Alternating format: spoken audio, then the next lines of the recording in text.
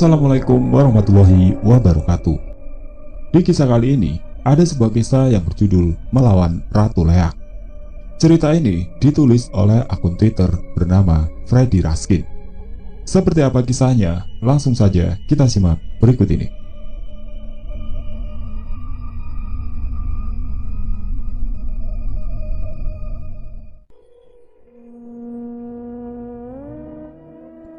Kejadian ini terjadi sekitar tahun 1994. Saat itu kakek saya, sebut saja nama panggilannya Pak Irik, pernah diminta tolong beberapa orang Jawa yang tinggal di salah satu perkampungan di Pulau Bali untuk membantu teror yang mereka alami. Sedikit saya ceritakan gambaran mbah saya. Dia salah satu tokoh di sebuah kampung di Jawa Timur yang cukup disegani. Meski terkenal temperamen, mbah saya adalah tipikal orang yang tidak setengah-setengah ketika diminta untuk membantu orang lain, apalagi saudara. Di balik sifat temperamennya, mbah saya juga dikenal dengan kemampuannya berinteraksi dengan wong alus atau makhluk gaib. Beberapa kali, desa saya yang terkenal dengan kualitas batu kalinya meminta bantuan mbah untuk sekedar meminta izin kepada penunggu gaib kawasan. Bahkan terkadang, jika sesuatu yang tidak diinginkan terjadi, semisal penunggu pemilik wilayah marah, mbah saya tak jarang ikut berkelahi melawan bangsa lelembut itu. Mbah juga tipikal penganut Islam yang taat, sehingga tak pernah gentar ketika berhadapan dengan hal gaib. Kemampuan itulah yang kemudian membawa Pak Irik atau mbah saya dalam cerita ini. Pada pertengahan tahun 1994, Pak Irik mengunjungi salah satu keponakannya yang tinggal di Bali bersama ayah tirinya. Kebetulan keponakannya ini sejak kecil sudah dianggapnya sebagai anak sendiri. Namanya Omah. Awalnya tidak ada yang salah dengan kampung itu. Banyak penduduknya yang merupakan warga Jawa yang menetap di sana, hidup berdampingan bersama dengan warga asli Bali. Barulah di malam ketiga saat Pak Irik duduk dengan beberapa warga, akhirnya muncullah masalah tersebut.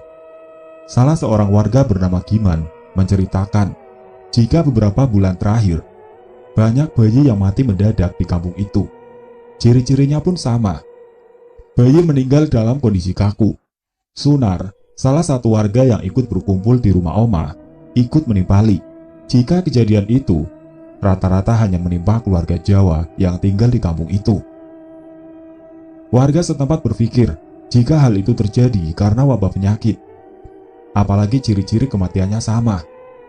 Sunar juga menceritakan jika dirinya sempat meminta bantuan mantri untuk memeriksa kondisi bayi yang meninggal.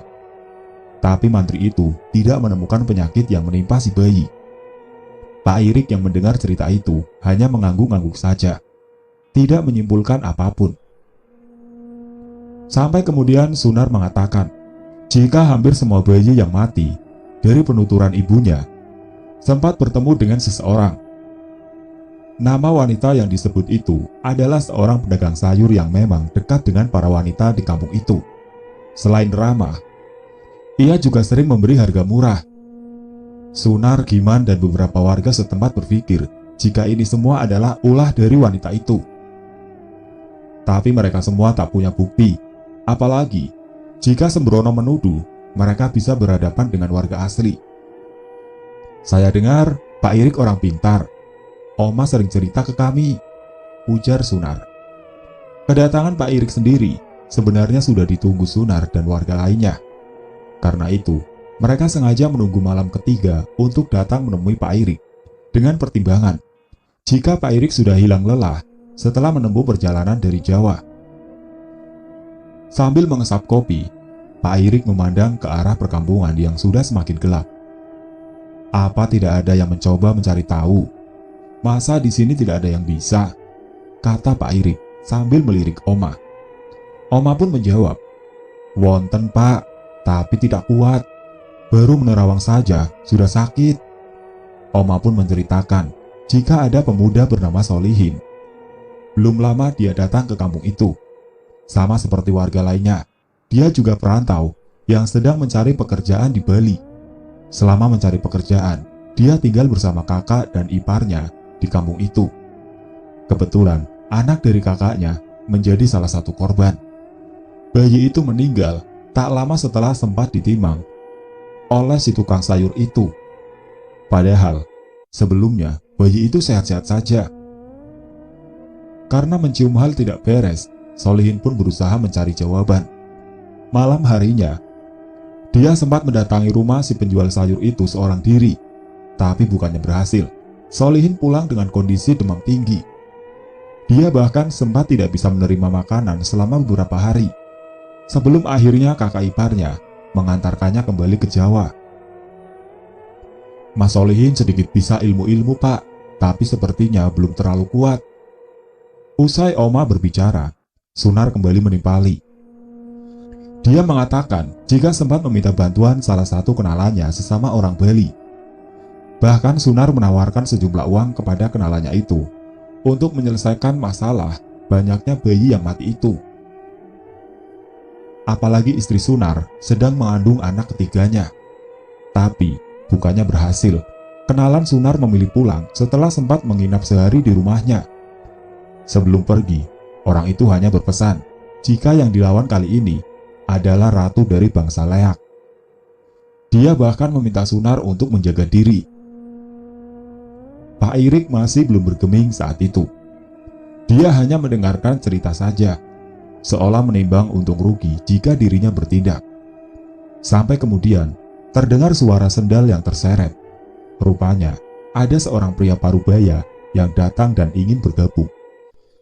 Dia memperkenalkan diri, namanya Warso, salah satu penduduk Jawa yang cukup lama tinggal di kampung itu. Dia menceritakan jika sudah mendengar kabar datangnya paman Oma dari Jawa yang bisa berurusan dengan makhluk gaib. Tanpa basa-basi, Warso langsung menawarkan sejumlah uang kepada Pak Irik.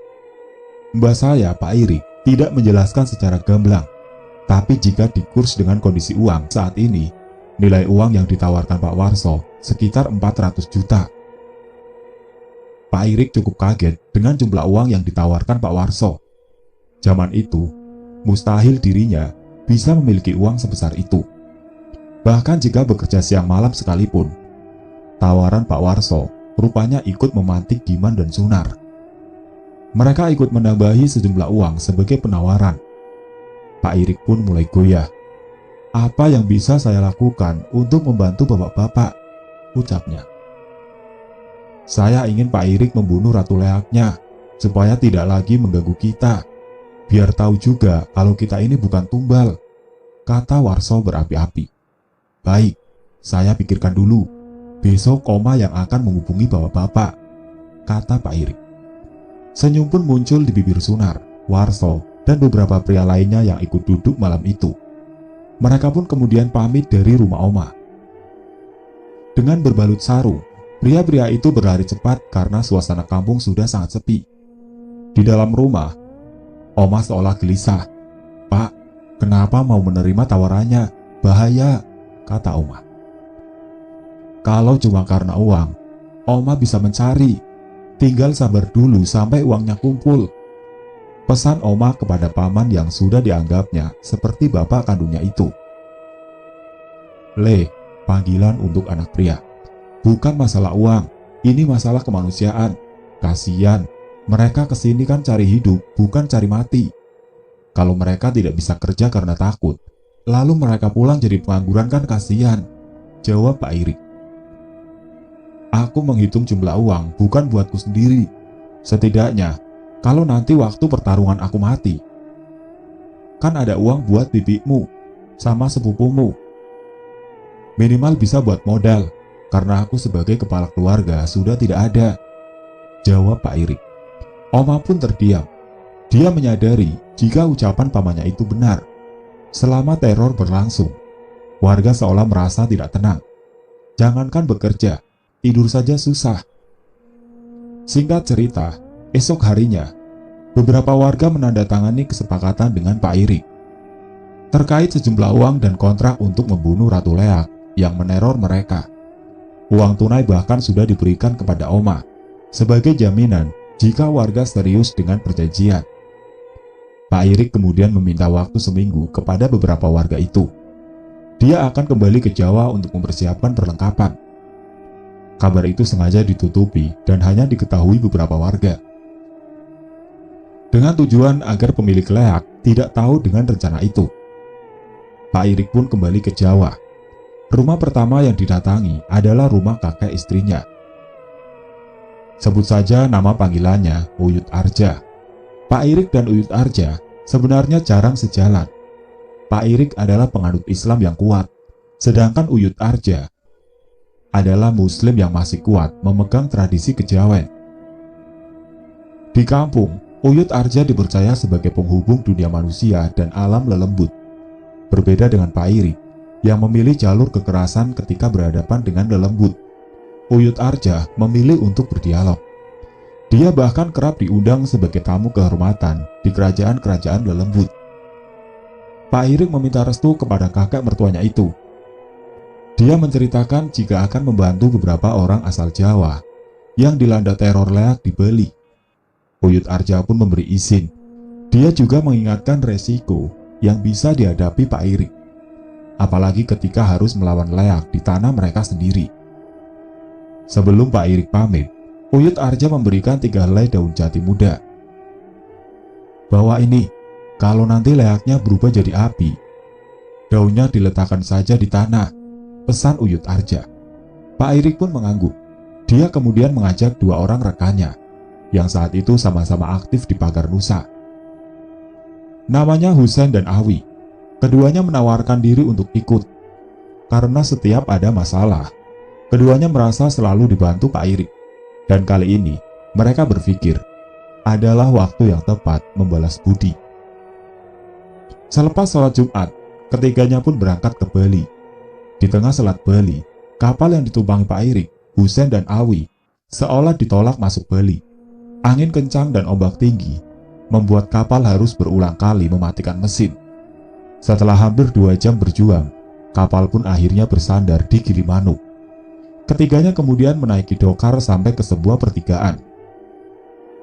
Di sana, ketiganya sudah dijemput Oma dan beberapa pria yang ikut perkumpulan malam itu. Dengan menggunakan mobil Kijang Buaya, Pak Irik meminta agar dilewatkan di dekat rumah Nindu. Saat melewati rumah Nindu, mereka melihat wanita yang dimaksud tengah menyapu di halaman rumahnya. Anehnya, meski jarak mobil dan rumah cukup jauh, mata Nindu seperti tahu siapa yang ada di dalam mobil. Matanya pun memincing tajam, lalu tersenyum aneh kepada penumpang Kijang. "Sepertinya sudah tahu," kata Husain di dalam mobil. Tak lama, mobil pun sampai di rumah Oma. Ketiganya langsung mandi lalu sholat berjamaah. Setelah sholat di ruang tamu, para pria kampung yang sudah tak sabar langsung menanyai, kapan ketiga orang itu akan beraksi.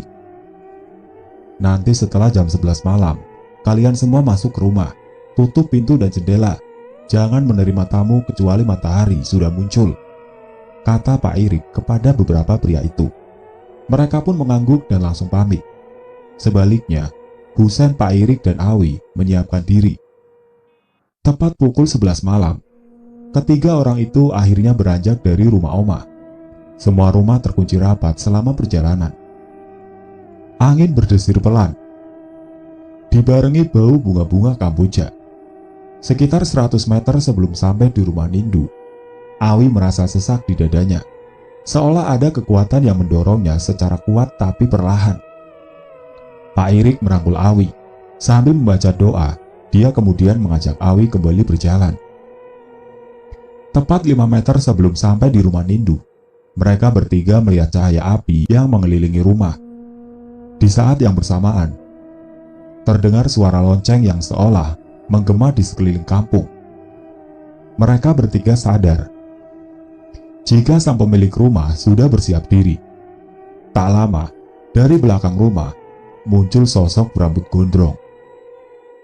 Sosok itu semakin membesar dan semakin tinggi ketika akan mendekati. Pak Irik dan kawan-kawan melihat sosok itu. Pak Irik mulai bersiap diri. Kedua temannya merapalkan doa-doa sembari memasang kuda-kuda seperti orang yang hendak beradu silat. Pak Irik sendiri mengeluarkan sebuah cambuk berbahan kain dan penjalin berukuran 1,5 meter yang melilit di perutnya. Sosok tinggi besar itu kemudian mendekati 3 orang pria yang sudah bersiap diri itu. Tampak lidahnya panjang menjalar hingga ke bawah tanah. "Jadi kalian yang mau mencoba ilmu di sini?" Leak berukuran besar itu berbicara dengan suara melengking. Tak lama, leak itu tampak membuat gerakan seperti menari, tapi tangannya mengibas ke arah Pak Irik dan dua temannya. Dengan sigap, ketiga orang itu menghindar. Kemudian Awi dengan posisi mendorong telapak tangan mencoba menyerang leak yang ada di depannya. Tapi serangan itu seolah tak mempan. Awi bahkan nyaris terkena sabetan lidah dari leak yang tiba-tiba saja muncul dari arah samping. Kini giliran Pak Irik yang mencoba mengibaskan cemeti yang dipegangnya ke arah leak itu. Cemeti berukuran pendek itu seolah mendadak panjang, tapi serangan itu pun bisa dihindari. Lengkingan suara tawa leak itu tiba-tiba menggema melihat serangan yang dilakukan dua orang di depannya tidak berhasil. Di sisi lain, Husen yang mencari celah untuk membantu temannya melihat ada beberapa pria yang terlihat bersila di belakang rumah Nindu. Mereka seolah sengaja datang untuk melihat atau mungkin membantu sang Ratu Leak bertarung. Tiba-tiba, 8 buah bola api yang melayang jatuh dan menerjang tubuh Pak Irik dan dua temannya. Pak Irik bisa menghindar, tapi sayang, api itu sempat menyerempet tangan Husen, yang membuatnya bergulung karena menahan sakit yang mengenai tangannya. Melihat itu, Pak Irik pun mengingat pesan Uyut Arja. Dia akhirnya mengeluarkan 3 helai daun dari sakunya dan langsung dilemparkannya ke tanah. Mendadak, 3 lembar daun itu berputar lalu melayang. 3 daun itu menjelma menjadi 3 sosok besar, mirip pengawal kerajaan dengan tameng. Dengan mudah 3 sosok besar itu memadamkan api-api yang sempat menyerang Pak Irik dan temannya. Melihat ada 3 sosok yang datang tiba-tiba, Ratu Leak semakin marah. Bola matanya membesar dan seperti hendak menerjang 3 manusia di depannya.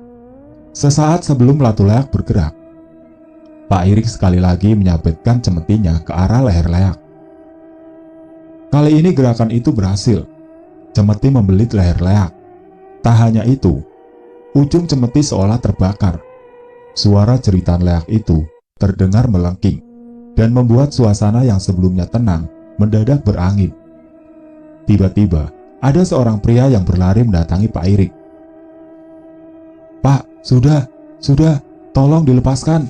Tolong, saya janji dia tidak akan mengganggu lagi," kata pria itu. Pak Irik pun tak bergeming. Cemeti ditariknya lebih kencang sehingga Ratu Leak kembali berteriak nyaring. "Tolong Pak, kalau dibunuh nanti Nindu mati." "Sudah, saya jaminannya kalau dia mengganggu lagi," ujar pria itu memohon. Pak Irik lalu melonggarkan cemetinya. Dia menarik benda tersebut. Seketika, Ratu Leak yang tadinya tampak gagah langsung berjalan mundur. Di kegelapan terlihat tubuhnya semakin mengecil hingga seukuran manusia normal. Pria yang sempat memohon kepada Pak Irik tadi langsung berlari ke arah Leak itu menghilang. Husen sempat akan berlari mengejar Leak itu, tapi Pak Irik mencegahnya dan meminta untuk kembali. "Sudah, biarkan, dia tidak akan berani lagi," kata Pak Irik sambil memasukkan 3 helai daun pemberian Uyut Arja ke dalam sakunya. Sambil meringis memegangi tangannya yang sakit, ketiganya lalu kembali ke rumah Oma. Dari jendela terlihat Oma mengintip, seolah penasaran dengan apa yang terjadi. Begitu masuk ke dalam rumah, Oma langsung menanyai Pak Irik. "Sudah, tidak apa-apa, paling besok ada orang yang kesini. Saya mau istirahat dulu sama teman-teman," jawab Pak Irik. Keesokan harinya, Pak Irik dan 2 temannya bangun kesiangan. Waktu di Bali sudah menunjukkan pukul 11 siang. Pak Irik pun terkejut karena tampak ramai orang di tengah rumah. Rupanya warga yang sempat meminta tolong kepadanya tengah berkumpul di sana. "Sudah dari tadi?" tanya Pak Irik kepada beberapa orang yang duduk di sana. "Sudah Pak," jawab mereka serentak. Kemudian tanpa banyak basa-basi, Warso mewakili warga lainnya menyerahkan sebuah bungkusan berisi tumpukan uang kepada Pak Irik. "Ini Pak, seperti yang kita janjikan, sekaligus ucapan terima kasih untuk Pak Irik," kata Warso. Pak Irik pun tersenyum. Dia melihat kedua temannya, lalu membuka bungkusan. Pak Irik mengambil beberapa lembar uang, lalu mengembalikan sisanya kepada Warso. "Saya ambil ini saja, untuk ongkos pulang sama beli oleh-oleh. Sisanya berikan saja kepada warga yang membutuhkan di kampung ini, terutama mereka yang menjadi korban pemilik leak itu," kata Pak Irik sambil tersenyum. Singkat cerita, Pak Irik dan dua temannya kembali ke Jawa pada sore harinya. Semuanya berjalan lancar sampai mereka tiba di rumah. Meskipun di dalam hati Husain dan Alwi sebenarnya sempat terbesit perasaan untuk bisa mendapat jatah lebih banyak. Tapi Pak Irik menasihati, jika besarnya uang yang mereka dapat tak sebanding jika harus kehilangan pahala karena menolong orang. 3 bulan setelah kejadian tersebut, Oma pulang ke Jawa. Saat itu dia berencana untuk pergi merantau ke tanah Papua. Sebelum berangkat, Oma meminta izin kepada Pak Irik. Oma juga menceritakan sebenarnya apa yang terjadi di kampungnya sebelum dan sesudah kedatangan Pak Irik. Nindu sebenarnya adalah penduduk lama kampung itu. Tapi semenjak suaminya meninggal, wanita itu pergi merantau entah kemana. Di rumahnya tinggal ada 3 anak laki-lakinya yang bekerja secara serabutan. Sekitar setahun lalu, Nindu pulang. Dia pun kaget dengan banyaknya orang-orang dari Jawa yang datang ke kampungnya. Mereka juga terlihat sukses, bahkan lebih sukses dari anak-anaknya. Warga saat itu mengenal Nindu sebagai sosok wanita yang ramah dan menyayangi anak kecil. Dia suka datang ke rumah-rumah untuk sekedar ngobrol atau mengajak anak-anak bermain. Tapi, kondisi tiba-tiba berubah aneh. Hampir setiap anak yang dipegang Nindu mendadak meninggal. Kondisinya pun tak wajar, matanya melotot dan tubuhnya kejang. Makin hari, makin banyak anak-anak bayi, terutama keturunan warga pendatang yang tinggal di sana. Dengan kondisi serupa, warga yang mulai membaca penyebab kematian bayi-bayi akhirnya mulai menjauhi Nindu. Mereka menghindari wanita parubaya itu dimanapun berada. Tapi hal itu rupanya tidak membuat teror berhenti. Anak-anak yang bermain di luar sering tiba-tiba dihampiri Nindu. Anak-anak itu akhirnya jatuh sakit. Yang tubuhnya besar ada yang selamat, tapi ada juga yang meninggal. Anak-anak yang selamat bercerita jika hampir setiap malam mereka dihampiri sosok wanita berambut panjang yang melayang-layang di atas tempat tidur. Kuku panjang wanita itu kemudian mencengkram tubuh anak-anak, hingga kemudian mereka sakit.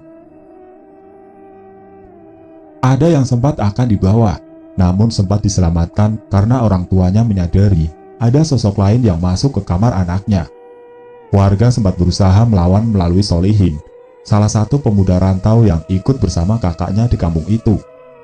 Pemuda itu sempat mendatangi rumah Nindu. Dia juga berusaha melawan Ratu Leak itu.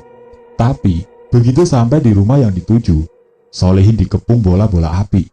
Tak sampai bertarung dengan Ratu Leak, Solihin sudah terkapar sampai dia harus dipulangkan ke Jawa keesokan harinya, karena terus berteriak dan mengigau. Setelah kejadian itu, warga menjadi semakin takut. Sampai akhirnya, Pak Irik datang sebagai penuntas teror yang sudah lama terjadi di kampung itu. Tak lama setelahnya, keluarga Nindu pindah dari kampung itu. Warga pun mengantarkan mereka seperti seolah tak pernah terjadi apa-apa. Oma sempat melihat leher Nindu terlihat luka bakar melingkar. Mereka berkata jika akan pindah ke wilayah Bali Utara. Kebetulan di sana ada sebidang tanah milik warisan suami Nindu yang belum dimanfaatkan. Rencananya mereka akan menggarap ladang tersebut. Saat naik ke atas mobil pick-up, tidak ada sepatah kata pun muncul dari mulut Nindu. Hanya anak pertamanya saja yang mengucapkan permohonan maaf kepada warga. Di atas pick-up, Nindu melirik sambil tersenyum dingin, seolah memberikan teror terakhir dengan pandangan yang berarti. Aku akan kembali lagi.